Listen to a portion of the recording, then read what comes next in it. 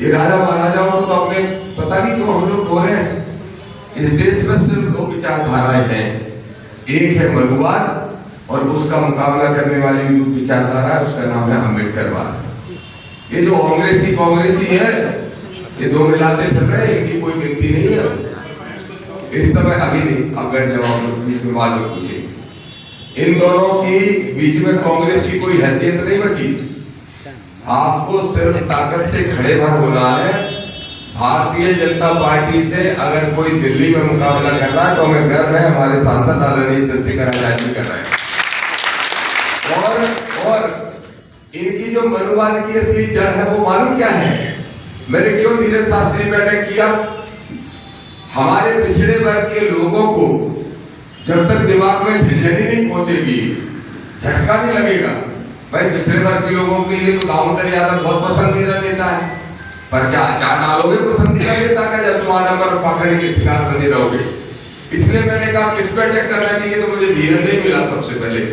वो 28 साल का लड़का प्रधानमंत्री का भाई, मैंने कहा इसी की पर्चियां खुलवाता हूँ सबसे पहले।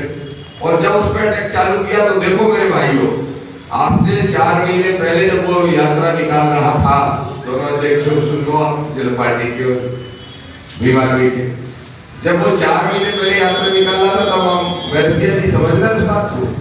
ये कमल कुशवाहा जी और कहा गया हमारे भोपाल के सब साथी हुए बंसौर साहब ये बैठे। मैंने इनसे कहा, मैंने कहा भाई साहब अगली क्या प्लान है? मैंने कहा धीरेन्द्र शास्त्री की यात्रा रोकना है। तो ये सब एक दूसरे को देख रहे हैं, बोले नेता पागल हो गया। ये खुले ही सोच रहे थे कि भाई साहब हमने धीरेन्द्र शास्त्री की यात्रा रोकना है। बोले रोक पाएंगे नहीं, उसकी ऐसी की तैसी। ये देश बाबा साहब के संविधान से चलता है, उसके बाप के संविधान से। अगर वो गैर संवैधानिक मांगे करेगा तो हम रोकेंगे। प्रधानमंत्री का भाई है तो इसलिए उसको लाभ तो मिलेगा, मुंह बोला भाई, लेकिन इसका मतलब ये नहीं एक अम्बेडकरवादी अपने संविधान की ताकत को समझ ले तो वो प्रधानमंत्री को भी रोक सकता है। ये मेरी बात को समझ। और जब मैंने पहली बार वीडियो डाला तो मालूम 2000 कमेंट्स में से 1800 मुझे गाली दे रहे थे।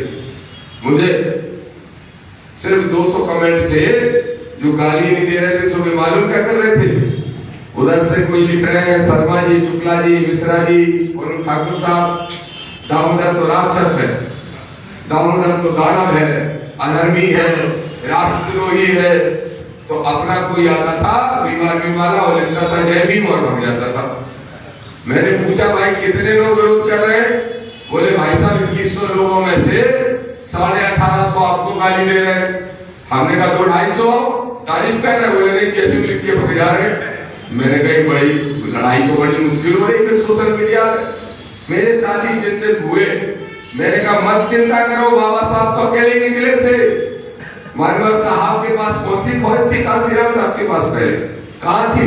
अरे भाई चंद्रशेखर आजाद जी ने भी तो 2-3 दोस्तों ने मिलकर कारवां शुरू किया था। कौन सी फौज थी? इस आडंबर पाखंड के खिलाफ भी मैं अकेले आज शुरू कर रहा हूँ। मैंने कहा मेरे साथियों से कि 1 साल नहीं लगेगी, 6 महीने नहीं लगेंगे, और देखना लोग अपने फेवर में ज्यादा होंगे। लेकिन आपको आश्चर्य होगा, 15 दिन तक वीडियो डलते रहे। 15वें दिन ये स्थिति बन गई कि 1800 अपने फेवर में खड़े थे और 200 उसकी तरफ खड़े थे। अब चलने तो ये वीडियो तुम डाल के देख लेना। एक आएंगे कोई शुक्ला जी, मिश्रा जी, दाऊदर ये अधर्मी, दाऊदर राक्षस, दाऊदर ये, और जैसे ही एक अपना कहेगा क्यों है ऐसे ही भाग जाएगा वो, फिर दिखाई भी नहीं देगा।